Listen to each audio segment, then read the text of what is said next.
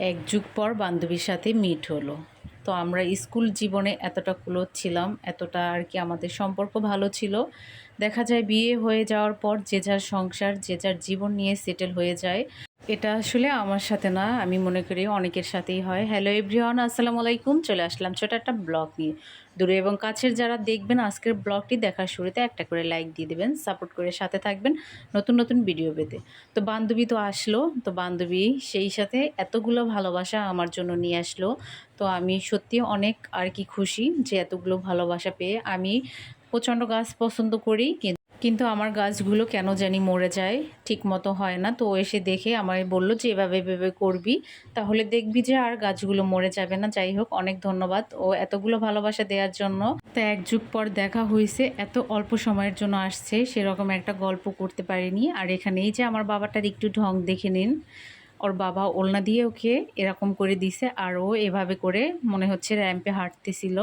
আর বাহিরে কিন্তু অসম্ভব বৃষ্টি হচ্ছে। আমি যে ভয়েস দিচ্ছি, এই ভয়েসের ভিতর হয়তো বৃষ্টির শব্দ আপনারা পাচ্ছেন। যাই হোক, অনেক দিন হলো আর কি আমি সেরকম গাছের একটা যত্ন করি না, যেহেতু এখনও গাছগুলো দিয়ে গেছে। আমি রাতে সবগুলো গাছ লাগিয়েছিলাম। আর এই যে ভিডিওটা, এটা ছিল রাতে গাছ লাগানোর পর।